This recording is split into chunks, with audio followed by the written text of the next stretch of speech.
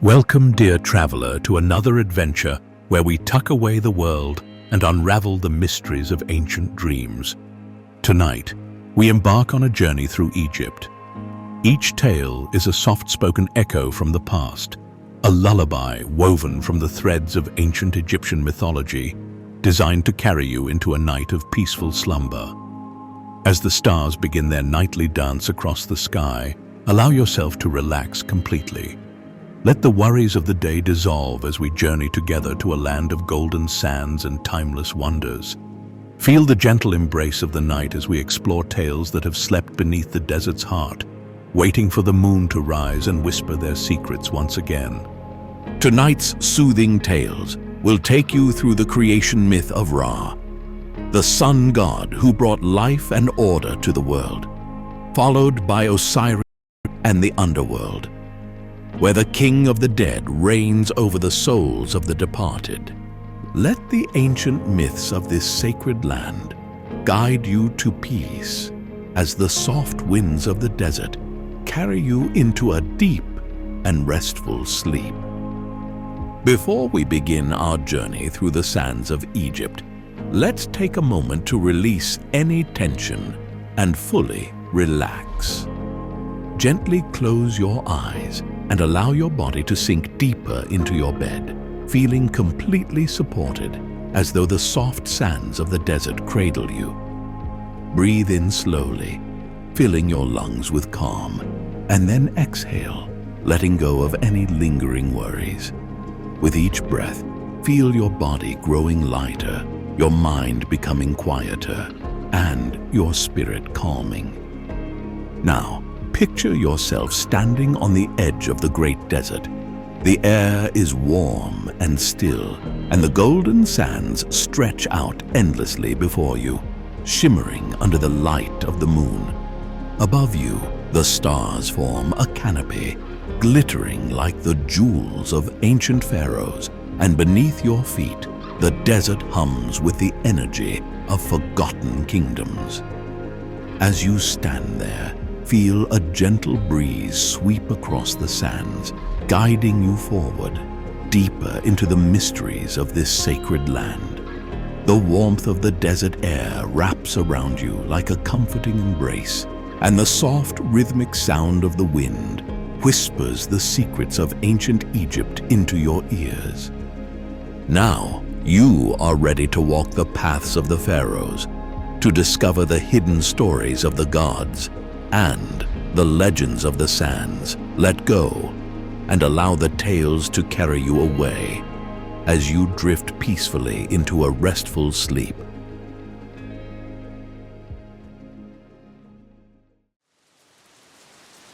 The Creation Myth of Ra, Chapter 1, The Waters of None. In the beginning, before time had unfurled its endless scroll, there was nothing. No light, no stars, no earth, no sky, only darkness, thick and deep, stretching out into infinity. And within this great and endless void lay the waters of Nun, the primordial sea, formless and boundless, a stillness that existed before creation itself. Imagine for a moment those waters. Close your eyes and feel the vastness, the emptiness. The waters are calm, peaceful even, but they are not like the seas we know. These waters are the very essence of potential, the source from which all life would one day emerge. They are neither warm nor cold. They are simply there, infinite and unchanging. The surface of the waters is smooth, like the most delicate piece of silk, stretching out in all directions without end, without any sign of land, horizon, or life. In this space, there is no time, no movement, no sound. Just a deep, endless silence that wraps around you like the softest blanket, lulling you into a deep, restful calm. It is in these waters, these infinite, timeless waters, that the universe as we know it waited to be born. You can imagine yourself there now, floating in the quiet, in the stillness, weightless and free. No thoughts, no worries, just the soft rhythmic rise and fall of the primordial sea beneath you. It is a place of perfect peace, where nothing exists but potential. But deep within the waters of Nun, something stirred. It was not sudden, not violent. It was more like a whisper, a breath of something new. A faint ripple spread across the surface, so subtle that it almost didn't disturb the calm. It was the first sign of change, the first moment of creation. For within the depths of Nun, a great power lay hidden, waiting for its time to emerge. The ripple grew slowly, steadily, as if the universe itself was waking from a long and deep slumber. And from the heart of these endless waters, something began to rise. Slowly at first, as though it had always been there, just waiting to emerge, the Benben, the first mound of land, broke through the surface of the sea. The waters parted gently around it, revealing a small, solitary island, standing alone in the midst of the vast, dark sea. This was the first land, the very beginning of the earth. It was small, unassuming, but within it lay the seed of all that would come. The Benben was the foundation of creation, the place where the world would begin to take shape. You can imagine it now, standing alone in the middle of the waters of Nun, like a tiny beacon of hope in the endless void. But the Benben was not the only thing to emerge from the waters that day. From the peak of the mound, a light began to glow. At first it was faint, barely a glimmer in the deep darkness of the void, but it grew stronger, brighter, until it blazed like 1,000 suns. This was no ordinary light. This was the birth of Ra, the great sun god, the first god of all creation. Ra rose from the peak of the Benben, his radiant form glowing with a brilliance that had never before been seen. His body was made of pure light, his eyes burning like the sun itself. His presence filled the void, chasing away the darkness and bringing warmth and life to the world for the first time. As Ra stood upon the Benben, his light spread out in all directions, touching the waters of Nun and transforming them from a place of stillness and emptiness into a realm filled with the potential for life. Ra looked out over the endless expanse of water and earth and saw that the time had come for creation to begin. His light was the spark that would set the universe in motion, but there was still much work to be done. The world was just beginning to take shape, and Ra knew that he would need to guide it, to shape it, to bring order to the chaos that still lingered in the void. And so Ra began his great work. Chapter 2. Ra's first journey across the sky continued. Ra's light, golden and warm, bathed the new world. The landscape he created was vast and varied, with towering mountains rising from the depths of the waters, their peaks touching the freshly born sky. He created valleys, stretching wide with fertile plains that would one day become lush and green. Rivers, fed by the moisture from the air, snaked through the earth like veins, their waters crystal clear and full of promise. Ra looked upon his creation and felt the stirring of life beginning to awaken. As he journeyed further across the sky, the light of the day became brighter and more intense. The world, which had been dark and silent, now felt alive with potential. The gentle warmth of the sun began to spread across the land, and the waters below shimmered with reflected light. It was a world waiting to be filled with life, but it was not yet complete. Ra knew that creation was a delicate balance between light and shadow, order and chaos. His role was to ensure that balance remained. With each passing moment, Ra's journey across the sky painted the heavens with new colors. First, the soft blues and purples of dawn, then the bright golds and deep blues of midday. It was a breathtaking display, as if the universe itself was rejoicing in its newfound existence. The earth, too, responded to Ra's light, absorbing its energy and preparing itself for the life that was soon to come. But even as the world began to take shape, Ra knew that his task was far from over. He had created the sky and the earth, but the forces of chaos still lingered, threatening the balance he had worked so hard to achieve. Ra understood that he could not shape this world alone. He needed help. He needed others to share in the work of creation, to help bring order to the forces of chaos that still swirled around the edges of the world. Chapter 3. The Creation of the Gods.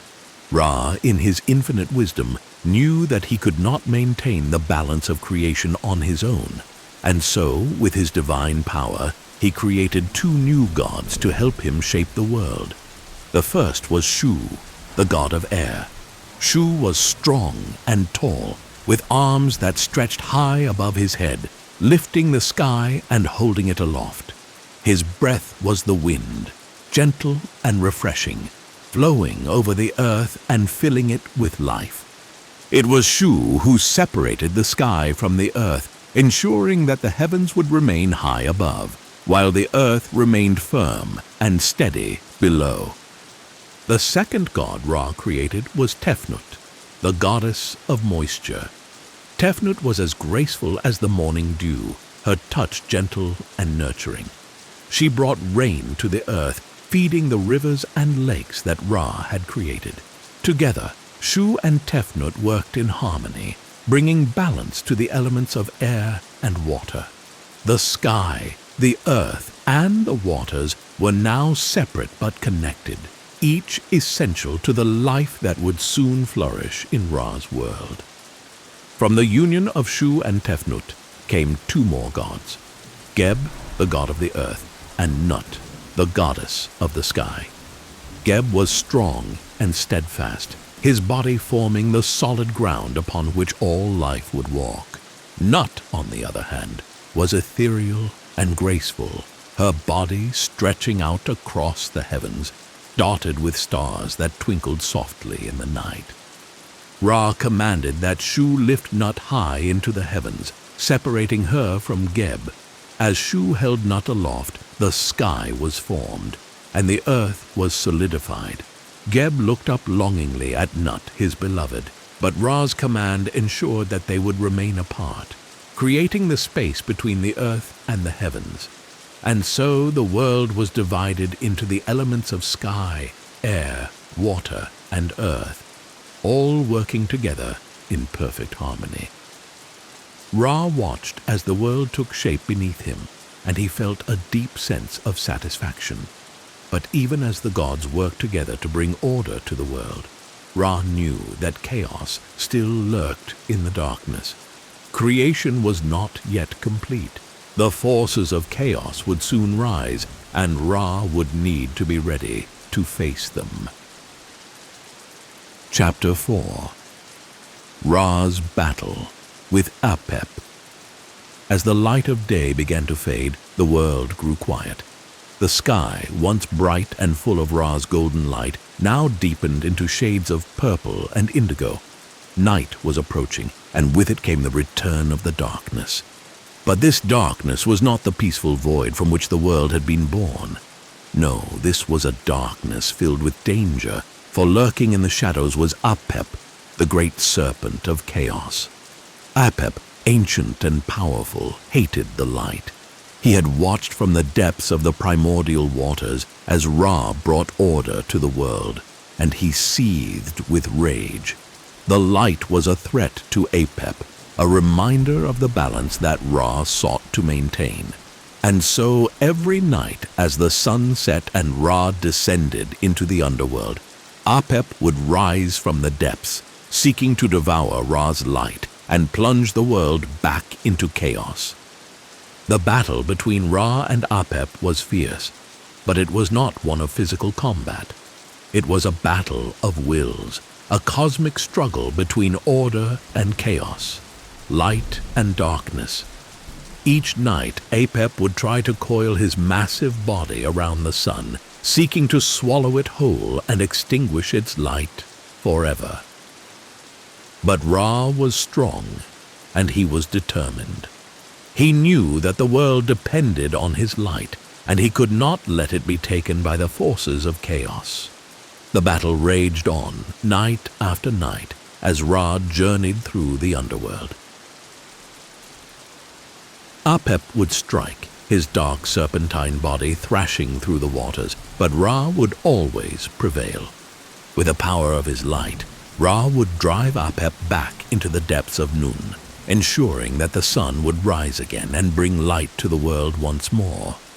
For the listener, this battle can be imagined as a slow rhythmic dance, a constant push and pull, like the ebb and flow of the tides. There is tension, but no fear, for Ra's strength is unwavering. Each night, as the world falls into darkness, Ra descends into the underworld, knowing that he will face Apep again.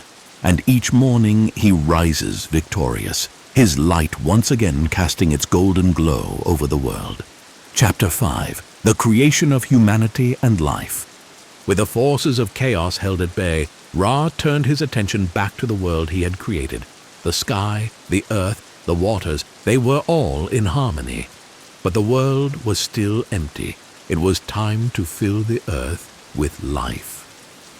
Ra, standing upon the benben, looked out over the world and felt a deep sense of joy. His light had brought balance and order to the chaos of the void, and now it would bring forth life. From his eyes Ra shed tears of joy, and as these divine tears fell upon the earth, they transformed into the first humans. The humans were Ra's greatest creation, beings made in his image, filled with the light of his divine essence. They were small and fragile compared to the gods, but they were filled with potential. Ra looked upon them with love, for they were the children of his light, born from his own tears. Under Ra's light, the humans flourished. The rivers flowed with life-giving water, the trees grew tall and strong, and the animals roamed the earth, filling it with movement and energy. The humans too began to build, to create, to shape the world in their own way. They looked up to the sky and saw Ra's light shining down upon them, and they worshipped him as their creator, their protector. Ra, in turn, watched over them with pride. He guided them with his light, teaching them the ways of balance and harmony. The humans learned to live in tune with the world around them, respecting the balance between light and dark, order and chaos. The world was now complete. Life had taken root, and the cycle of creation was in full swing. Day and night, light and darkness, life and death, all worked together in perfect harmony, guided by the steady hand of Ra. Chapter 6. Ra's Reign and the Beginning of the Pharaohs. For many years, Ra ruled over the earth, guiding humanity and the gods alike. His light brought prosperity to the world, and under his reign all things flourished. But as time passed, Ra grew weary. He had worked tirelessly to create and maintain the balance of the world, and now he knew it was time to pass on his responsibilities. Ra decided to appoint a ruler, someone who could lead humanity in his place, someone who would uphold the balance and order he had established. And so Ra chose the first pharaoh. The pharaoh was not just a king, but a living god, chosen by Ra to rule over the people of Egypt. In a grand ceremony, Ra's light shone down upon the first pharaoh, blessing him with divine authority. The people of Egypt rejoiced, for they knew that their pharaoh was the earthly representative of Ra, the one who would continue the work of maintaining balance in the world. The pharaohs would rule Egypt for centuries to come, each one seen as a direct link between the gods and humanity. Ra's light would continue to shine upon them, guiding them in their rule and ensuring that the world remained in harmony. Though Ra no longer ruled the earth directly, his presence was always felt. His light, the source of all life and creation, continued to shine from the heavens, a constant reminder of the balance and order he had brought to the world. Chapter 7. The Cycle of Creation and the Eternal Journey. And so Ra's journey continued. Each day he rose from the horizon, bringing light and life to the world. Each night he descended into the underworld, battling Apep to ensure that the light would return. The cycle of creation and destruction, of day and night, continued endlessly, a perfect balance that kept the world in harmony. Ra's presence was felt in every sunrise, in every sunset. His light was a reminder of the eternal cycle of life, of the balance between light and darkness, order and chaos. And though Ra no longer ruled the earth directly, his influence was still felt in every aspect of creation. As Ra's light faded and night approached, the world would rest, knowing that the sun would rise again. And so too, dear listener, can you rest, knowing that the cycle of creation is eternal, that balance will always be restored.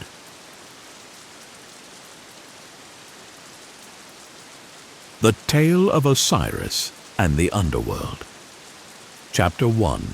The Peaceful Reign of Osiris. In the heart of ancient Egypt, under the ever-watchful eye of the sun god Ra, a great and prosperous kingdom flourished. The Nile, wide and powerful, cut through the land, its life-giving waters nourishing the people, animals, and crops that depended on it. The sky above was always a bright blue, the horizon stretching out endlessly beyond the pyramids and temples that dotted the landscape. It was a time of peace, a time of abundance, and at the center of this golden age sat the wise and just god, Osiris. Osiris was not like the other gods, who often displayed their powers with ferocity or grandeur. He was a kind and compassionate ruler, beloved by the people of Egypt. His reign brought harmony and balance to the land, much like the gentle flow of the Nile, always constant, always life-giving. Under his leadership, the people learned the secrets of agriculture, how to work with the land rather than against it, growing crops that would sustain them through the harshest of seasons. Picture the lush green fields swaying gently in the breeze. Farmers, their faces serene and content, worked under the warm gaze of the sun, their hands tending the earth, planting seeds and harvesting crops with gratitude in their hearts. It was Osiris who had taught them these sacred practices. Through him, they had learned to honor the cycles of life, death, and rebirth, the very essence of existence itself. But Osiris's wisdom was not limited to the physical world. He also taught the people about the mysteries of the soul, about the journey that each person must undertake in the afterlife. For in Osiris's heart lay the secret knowledge of the Duat, the underworld, where the souls of the dead would travel after their time on earth. It was a place of trials and tests, but also of great beauty and peace for those who lived a righteous life. His teachings filled the people with hope and reverence. They knew that their souls would be weighed in the underworld, judged by the great Osiris himself. If their hearts were light and free of sin, they would be granted eternal peace in the field of reeds, a paradise where the rivers ran clear, the crops grew tall, and the air was always sweet. This belief in the afterlife guided the people in their daily lives, encouraging them to act with kindness and fairness, knowing that Osiris's judgment awaited them beyond the veil of death. And so, under Osiris's rule, Egypt prospered. The people lived in harmony with the land, with each other, and with the gods. The temples were filled with offerings, and the festivals held in Osiris's honor were joyful occasions, filled with music, dance, and the sweet smell of incense. The kingdom thrived, not just in wealth, but in spirit. But as with all stories of greatness, there were forces that sought to disrupt the peace. In the shadows, jealousy and resentment grew. Osiris's brother, Set, god of the desert and chaos, looked upon Osiris's success with hatred in his heart. Set, wild and untamed, thrived on disorder and destruction, and he could not bear to see his brother so beloved, so revered. And so, as the people of Egypt celebrated the blessings of their wise king, Set plotted his betrayal. Chapter 2. The Betrayal of Set. In the desolate lands of the desert, far from the fertile fields of the Nile, Set brooded. His eyes, dark and burning with envy, watched as Osiris continued to bring prosperity and peace to Egypt. The more the people loved Osiris, the more Set's hatred festered. The desert was his domain, a place of death, of harsh winds and barren sands, and yet here was his brother, ruling over a land that blossomed under his care. Set was not without his own power. He was a god of great strength and cunning, and he ruled the desert with an iron fist. But it was not enough for him. He wanted more. He wanted to rule over all of Egypt, to see the fertile lands of the Nile wither under his control, to turn the green fields into the same lifeless dust that filled his own domain. But more than that, he wanted to see Osiris fall. And so Set devised a plan.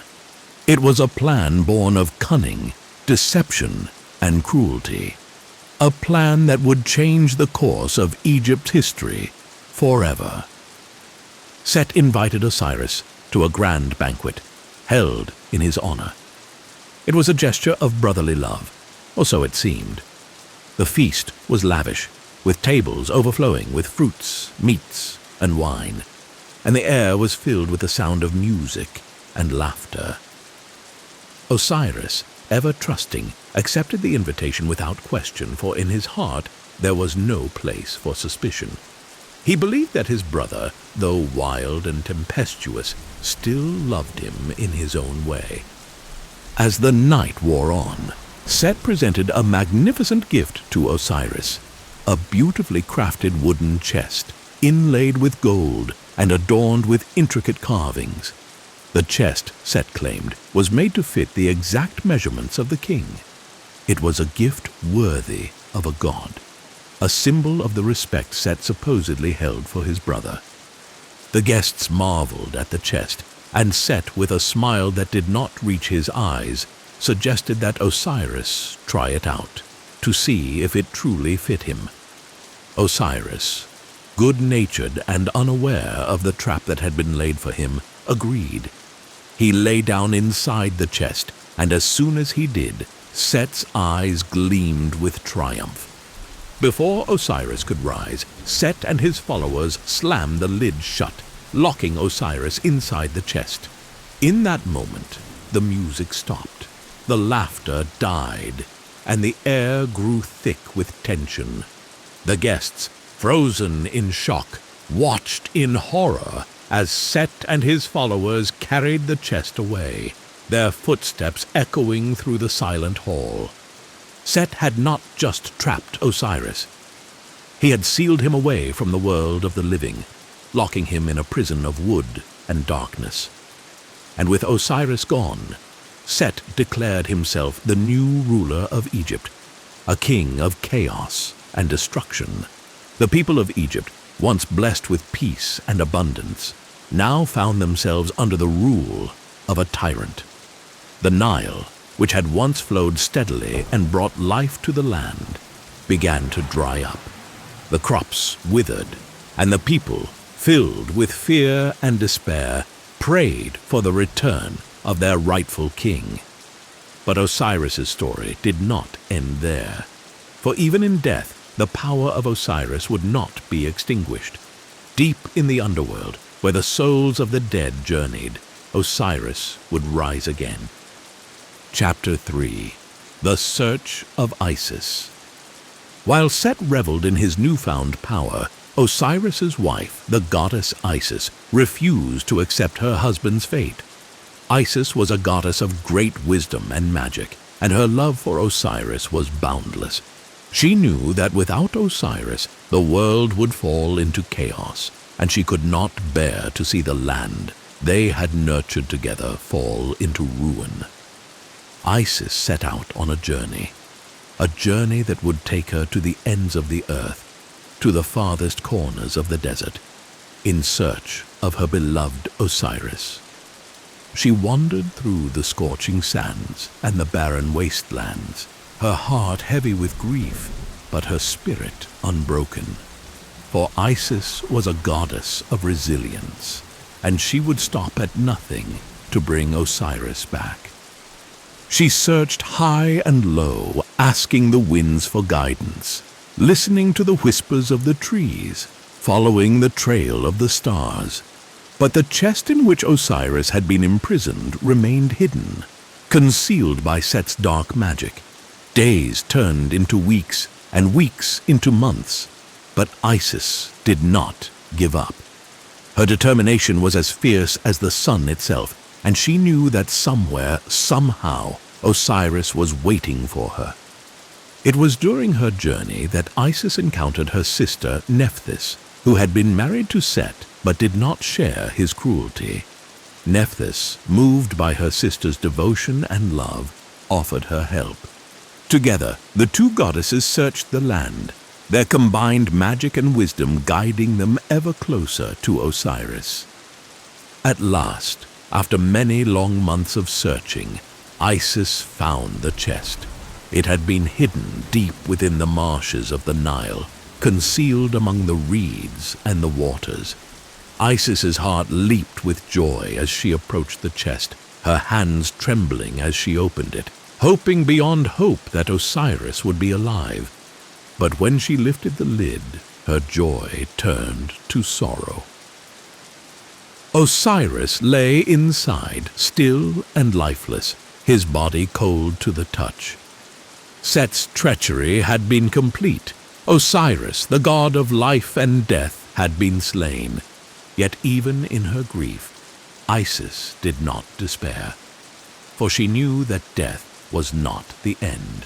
With her powerful magic and the help of Nephthys, she began the sacred rituals that would bring Osiris back from the underworld. She called upon the winds, the waters, the very forces of nature itself, weaving her spells with the care and precision of a master artisan. And slowly, ever so slowly, the power of life began to stir within Osiris once more. Chapter 4. The Resurrection of Osiris.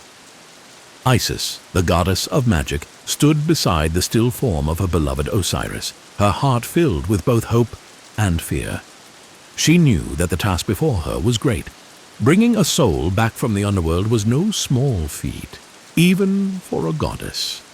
But her love for Osiris, her determination to restore balance to the world, gave her the strength she needed. With every word she spoke, every spell she cast, the air around them seemed to shimmer with a golden light. The winds whispered through the reeds, the waters of the Nile lapped gently at the shore. And the very earth itself seemed to hum with energy. It was as if all of creation was watching, waiting for the moment when Osiris would rise again. Isis's magic was powerful, but it was her love that truly worked the miracle. Slowly, Osiris's chest began to rise and fall with breath. His eyes, once closed in death, fluttered open, and he looked up at Isis with a gaze filled with both sadness and peace. He had seen the underworld, had journeyed through the realm of the dead, and he had returned. But Osiris was no longer the same. Death had touched him, and though he had been brought back to life, he was not meant to remain in the world of the living. His place was now in the Duat, the underworld, where he would reign as the god of the dead, guiding the souls of the departed on their journey through the afterlife. Isis wept, for though she had brought Osiris back, she knew that he could not stay with her. But Osiris, ever wise and compassionate, reassured her. His death, though tragic, had not been in vain. For in the underworld, he would continue to serve, bringing order to the realm of the dead, just as he had brought order to the realm of the living. And so Osiris descended into the Duat, where he would rule as the king of the dead. There, he would preside over the judgment of souls, weighing the hearts of the dead against the feather of Ma'at, the goddess of truth and justice. Those whose hearts were light and free of sin would be granted eternal peace in the field of reeds, while those whose hearts were heavy with wrongdoing would be devoured by the fearsome Ammit. Chapter 5. The Judgment of the Dead. In the depths of the Duat, Osiris sat upon his throne, his presence calm and steady. The underworld was a place of mystery and beauty, a land of shadows and light, where the souls of the dead journeyed after their time on earth had ended. It was not a place of fear, but rather a place of transition, where each soul would be judged according to the life they had lived.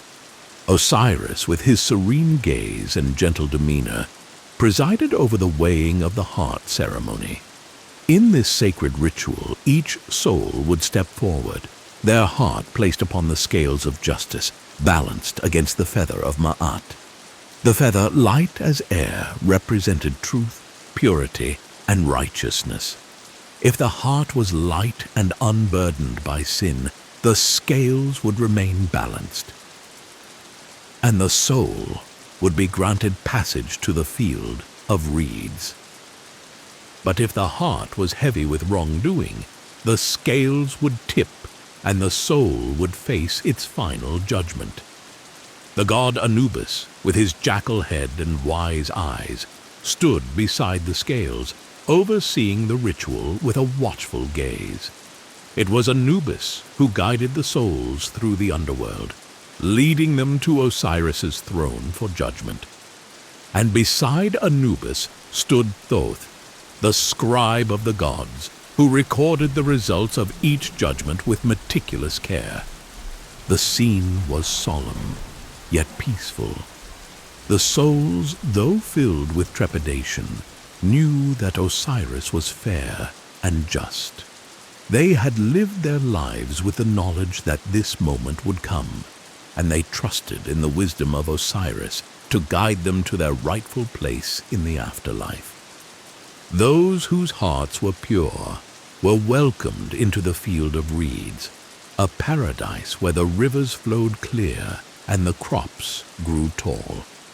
It was a land of eternal peace and abundance, a place where the souls could live in harmony with the gods, free from the burdens of their earthly lives. But for those whose hearts were heavy, the fate was far different. The terrifying figure of Ammit, part lion, part crocodile, part hippopotamus, waited beside the scales. If a heart was deemed unworthy, Ammit would devour it, and the soul would be condemned to oblivion, erased from existence. Chapter 6. The Legacy of Osiris. Though Osiris now ruled in the underworld, his presence was still felt in the world of the living. the people of Egypt continued to honor him as the god of life, death, and resurrection. They built grand temples in his name, offering prayers and sacrifices to ensure his favor in both life and death. Osiris's story, one of death and rebirth, became the central myth of Egyptian spirituality. It was a reminder that death was not the end, but rather a transition, a journey from one realm to another. The people believed that, like Osiris, they too would one day be reborn, their souls traveling to the Duat to be judged, and if worthy, to live forever in the field of reeds. And so the cycle of life and death continued, with Osiris at its heart. His reign in the underworld brought order to the afterlife, just as his reign on earth had brought peace to the living. Through his story, the people of Egypt found comfort, knowing that death was not something to be feared, but rather a part of the natural order of the universe. Isis, though saddened by Osiris's departure, continued to rule alongside her sister Nephthys, watching over the people of Egypt and guiding them with her wisdom. She never forgot her love for Osiris, and her devotion to him remained unwavering. Together, the gods ensured that the balance between life and death, order and chaos, was maintained. And as the years passed, the story of Osiris and his journey to the underworld was told again and again, passed down through generations. It became a tale of hope, of resilience, of the power of love and justice. And in the hearts of the people, Osiris's light continued to shine, guiding them on their own journeys through life and beyond. Farewell, dear traveler.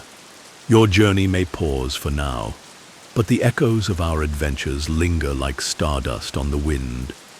Until our paths cross again in another chapter of mystery and wonder, may your dreams be filled with magic and your heart ever brave.